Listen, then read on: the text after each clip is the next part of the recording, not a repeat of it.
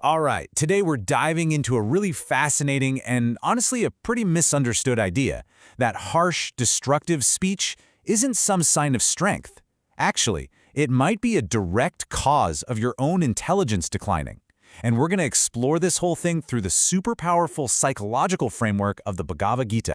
You've heard this before, right? People use aggressive, sometimes demeaning speech, and they dress it up as a virtue. They call it brutal honesty. It's sold to us as a sign of strength, of authenticity, a way to just cut through all the fluff. But here's a thought. What if that's completely backwards? In this explainer, we're going to challenge that entire idea. We're going to suggest that this kind of speech isn't about strength at all. It's actually a compulsive, addictive behavior that's rooted in a really deep inner weakness. Okay, so first up, let's just tear down this central myth. The idea that being cruel with your words is somehow the same as being strong. This quote right here gets straight to the heart of it. The argument is that what we see as this powerful, I say what I want personality is actually the exact opposite. It's a sign that someone lacks self-control, that they're being driven by these unconscious forces they don't even recognize, not by their own conscious will. And this is where it gets really interesting. This lack of control, it's not just about habit. No, it functions like a full-blown addiction. For some people, destructive speech becomes the only way they know how to manage their own internal chaos. So, the Gita actually has a name for the state of consciousness behind us. It's called tamas. You can think of it as a state defined by ignorance, by a kind of spiritual laziness, and what's described as cognitive darkness. This tamasic tendency is the real root of the addiction. It creates a dependency on saying harmful things just to feel stable for a moment. This table just lays it out so clearly. The Gita talks about three basic qualities of consciousness, or gunas. At the top, you have sattva, that's clarity, and it leads to truthful, helpful speech. In the middle, you've got rajas, agitation, which leads to impulsive, ego-driven speech. And then, right at the bottom, there's tamas, darkness. And what does it lead to? Cruel, humiliating, blame-focused speech. It's like a perfect diagnostic tool for what's going on inside. And you know, this is why the addiction is so sneaky. It's often invisible. It's not like being addicted to a substance you can see. It's an addiction to a state of being, and it's a state that our environment constantly feeds.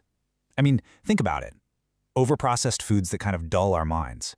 Sensationalist media that just thrives on outrage. Social circles built on gossip and blame. All of these things feed that tamasic addiction and make it feel totally normal. So this camouflage brings us to the central paradox in this whole dynamic. The person who's dishing out the harm, who's operating from this state of, cognitive darkness, they often genuinely believe they have the moral high ground. It's a total inversion of reality. And this just shows that disconnect perfectly. Look at the left column, that's the speaker's self-perception. They see themselves as morally superior, strong, honest, totally justified. But then look at the psychological reality on the right. What's actually happening is reduced awareness, impaired judgment, a deep dependency on causing harm to feel okay, and just profound inner disorder. It's two different worlds. And this is such a crucial point. The people who are targeted by this kind of speech, they're often not chosen because they're weak. They're chosen because their sensitivity acts like a mirror. It reflects the attacker's own inner instability right back at them, and they can't stand to see it. So the attack is really an attempt to shatter that mirror. So this brings us right to the root cause. And it all boils down to one fundamental question. Where is your sense of self anchored? Is it internal or is it external? See, if someone has an externally anchored identity, their sense of self is shaky. They need constant approval from the outside world. And destructive speech becomes their go-to tool. It's a quick and dirty shortcut. Degrading someone else gives them a momentary hit of feeling superior.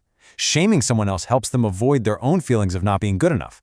It's this fragile system that literally depends on putting other people down just to stay standing. But now, look at the stark contrast. Someone with an internally anchored identity, they're basically immune to all this. Their worth comes from within. It doesn't depend on being better than the next person. Because their identity is anchored in their true self, what the Gita calls the Atman, external stuff like insults or humiliation, it just doesn't rock their foundation. They have more sensitivity and more self-control. And this is really the key takeaway from this whole section. A moment of pressure, like being humiliated, doesn't just create a reaction out of nowhere. All it does is reveal the structure that was already there. It shows you and everyone else whether your identity is built on solid rock or on shifting sand. So what's the ultimate price of all this? The Gita frames it not as some kind of cosmic punishment, but as a direct, psychological feedback loop. And spoiler alert, it damages the speaker most of all. I mean, the Gita gives us this incredibly clear, almost clinical, step-by-step sequence. It's like a domino effect. It starts with anger. That anger clouds your judgment and creates delusion. The delusion then messes with your memory, making it hard to learn from your past mistakes. And this confusion of memory leads directly to what the text calls buddhi nasha, the literal destruction of your intelligence. The final step, perish. It's about the collapse of your inner world, your potential. It's a self-inflicted cognitive decline.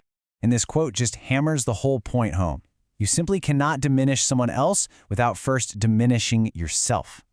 The real victim of all this harmful tamasic speech is, in the end, the speaker's own mind, their own awareness, and their own intelligence.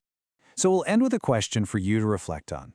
If our speech is a direct mirror of what's going on inside us, what are our own patterns of communication really saying about us? Which quality of consciousness, clarity, agitation, or darkness, is our speech reflecting back to ourselves and out into the world? It's something worth thinking about.